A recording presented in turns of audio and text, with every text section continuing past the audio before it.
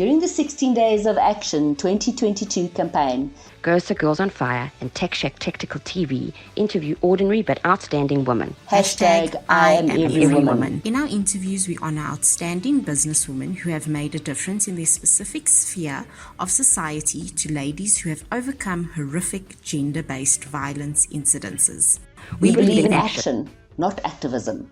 Why are women continually cast as helpless victims? Bystanders to their own fate, presuming that victimhood is a fait accompli. We are not simply deer in the headlights of gender-based violence. We can and will stand up for ourselves. We are not second-class citizens who need special days and men standing up for us. We say no more. Activism does not change the minds of predators. Predators will always be predators, waiting in the dark to claim their victims. Standing on street corners with placards saying that we are against gender-based violence has and never alone make a difference. Take action now, not to be a victim, and be a strong woman. Do not put your trust in anybody else except yourself. Take the example from the strong women in these interviews and be a warrior. Hashtag victim no longer. Lynette Oxley here for Tech Shack Tactical TV and Ghosts and Girls on Fire for our 16 Days of Action for No Violence Against Women and Children. I'm speaking again to Roslyn Moodley, awesome lady.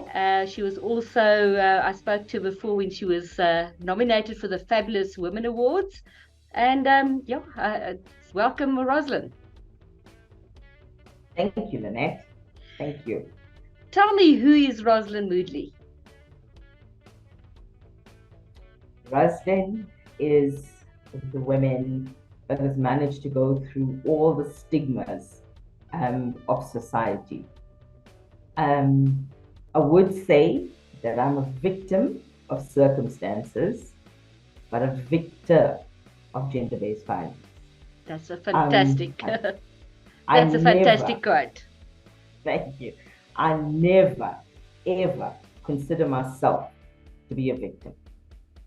It never mattered to me whatever happened. Yet we live in a culture where victim mentality is rife. You know, people love to label themselves as victims.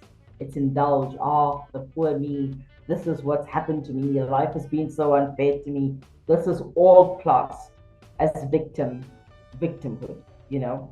There's many women out there, many women who are battling the challenge of falling prey to victimhood. And it becomes a ritual. It becomes a mantra in people's lives. You know, it becomes a norm. The norm becomes a necessary. Trauma happens to all of us. Becoming a victim is a matter of choice. And that choice is the path that we take into our lives. So being the woman that I am, feisty, boisterous, loud, I believe the word victim in my vocabulary is one of the most disempowering. It is one of the most disempowering words in my vocabulary. And I am not a disempowered woman. That's awesome. Thank you. I also strongly and firmly believe that we literally give away our power to the abuser and all the people that the abuser recruits in their smear campaigning. Why should I give my power to somebody else? So, Roslyn, if I'm going to your question, Roslyn is a victor of life. That is absolutely awesome. What happened? You were involved in a 26 year of marriage, 26 years, a long time in marriage. And you said the abuse started happening right from the start, but it just got worse and worse. Can you tell us a little bit about your story to recap on our previous discussion? Yes. I've been married to my best friend, was married to my best friend, and we had a phenomenal life. We've built an empire together, and then life happened and the abuse started, the substance abuse started. And when you live as a normal Indian woman, we're not aware of the word abuse. We don't know the meaning of abuse. What is abuse? What is it? We ask people now, what is abuse? The first thing you think of is somebody bashing your head against the wall and you've got blood all over you. That is the mentality we live in. But we don't realize, we've never realized what intimate partner violence was all about. I didn't know what substance abuse was all about. I didn't know about emotional and mental abuse. I strongly believe that emotional and mental abuse is one of the worst abuses that we could ever have to go through. And that is what I was subjected to. And after the 25 years and 8 months, I decided enough is enough. I need to take my power back. I need to get Roslyn back. I need to get Roslyn on track. I need to steer my life. I need to take reins of my life, and I need to drive in the right way. And I decided that I need to take leave, and I did. I left my ex.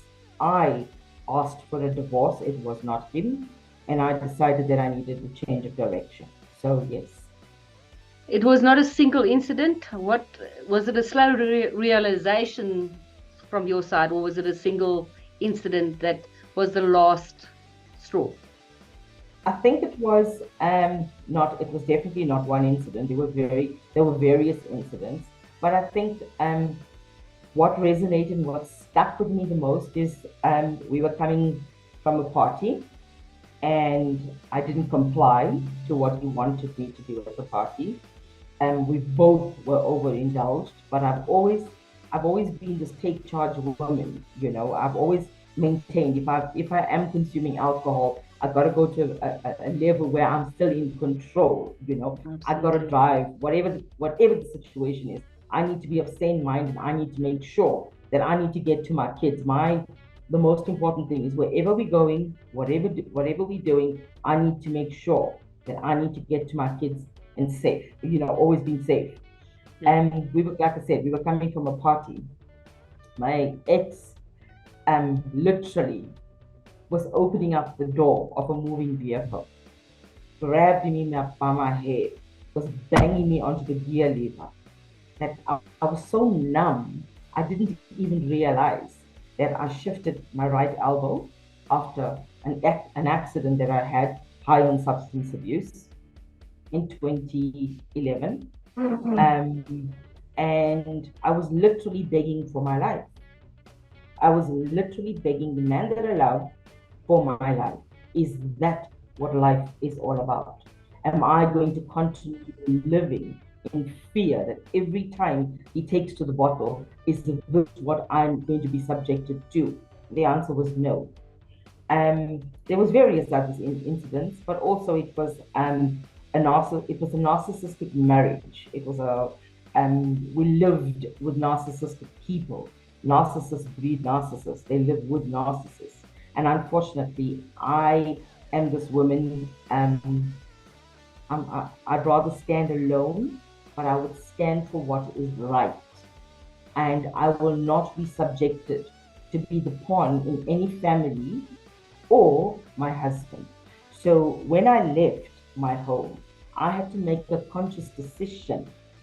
You leave with nothing, because my kids lived there.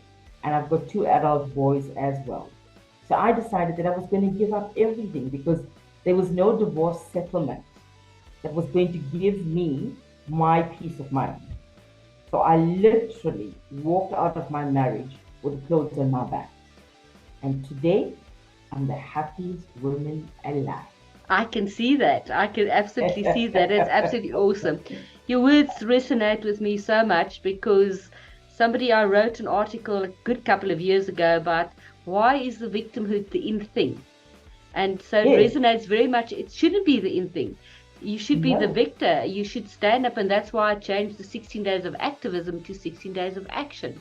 You don't need to sit in the corner and feel sorry for yourself, because nobody's going to help you if you don't start helping yourself. Correct. You cannot have 2 people on the driver's seat taking charge of the car. Yeah, there's only one driver, and you've got to be the driver of your own life. Absolutely. So I totally agree with you. So tell me a little bit about your new organization. It's called Women Power Source. Tell me, what's it about? It's actually called Women Power Force SA. Oh, sorry, my No, it's fine. It's my Women apologies. Power Force SA. Power Force. When I came up to Johannesburg, when I was down in Durban, I had a foundation which I was asked to leave, as I mentioned in my previous interview with you guys. And when I came up here to Johannesburg, and when I was going through the divorce, and when I looked for people to help me, I couldn't find anybody to help me. There was nobody there to tell me, Roslyn, this is what you do. This is the direction that you take. Do not leave everything. Although I stand here and I say I left with the clothes on my back, but I was stupid because I worked twice as hard to put in to build the empire. So that was a stupid move on my part at that time. So I'm here, and the organization is here to say to people, this is the direction that you go. I didn't know how to fill a protection order. When you walk into court and you see a law official there, even if it's a clerk of the court, you automatically think that you're standing in front of a judge and you're trembling because the service delivery, the level of service delivery that we get is just it is, I don't even want to go there. So I decided I will open up this organization to help women filling out protection orders in the comfort of their own homes or with me. I would help them go to police stations or go with them, opening up a case to say, this is the route that you take. This is how you go about doing it. Not only the logistics and the legal side of it, but a shoulder to lean on. So Women Power Force SA has also launched a support group called Unraveling. Every woman has a story. Every woman has a right to be heard. Every woman needs to feel what love is. I didn't get that. My rejection, I had to turn my rejection into redirection. But I had to learn this on my own. Self-worth, self-love, everything pertaining to that, self-empowered. So I'm here now to say to women, this is the me on you effect. I want women to come to us. And when they leave us, they must feel love. They must feel what it feels like to have somebody lying on their giving somebody their problems, and somebody that's listening to them, unjudgmental. So that is what Women Power Force is all about. We are open online 24/7. I will give you my cell number. You can hand it out. So basically, that is what our organization entails. Are you happy to give your cell phone number out as part of the organization that we put on our social? When we do put the video out, we'll put all of the contact details in there as well. Then. Yes, I'm more than welcome to also give you a brief rundown. I will give you the pamphlet. I'll send it through to you as well. You are more than welcome to put that up as well. We'll definitely add to it. In the Indian community, it's still not the right thing, or the thing to do is to get a divorce. Did you have a lot of kickback right when you decided that this is it and you're going to actually leave? From family members and friends? Definitely. I was I know people that are advocating for gender-based violence. I know people that are go onto radio stations talking about gender-based violence.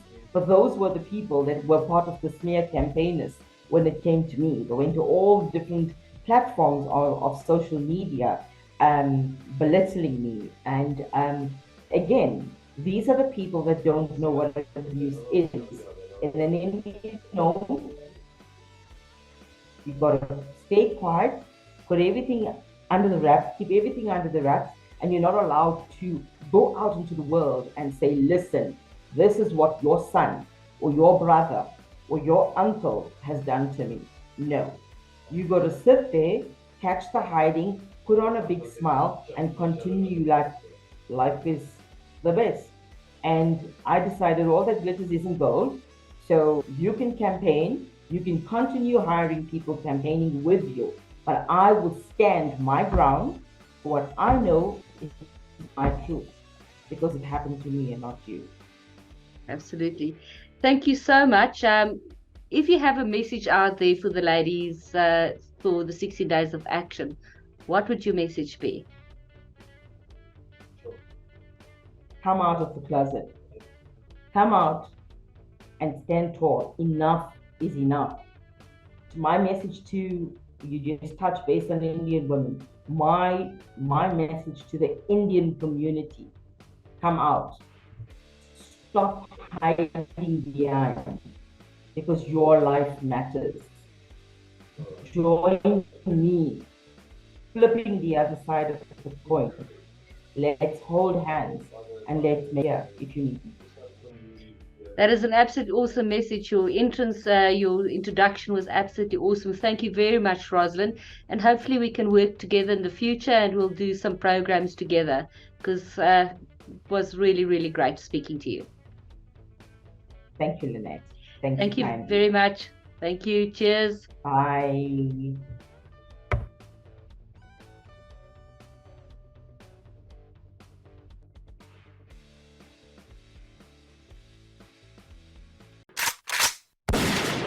I'm a girl on fire, I'm not a victim, a girl on fire, I'll stand my ground, girl on fire, I've made a choice, I stand proud.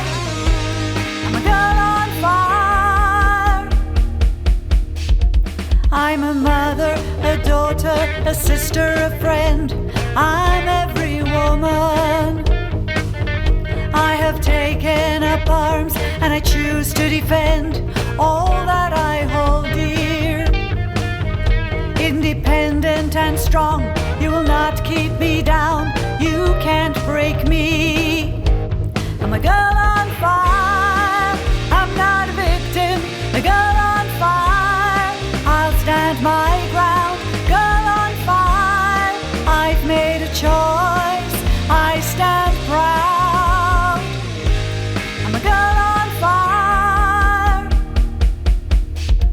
Countless hours on the range, I am responsibly armed, I am your equal. I've empowered myself, I have practiced and trained, fear won't control me.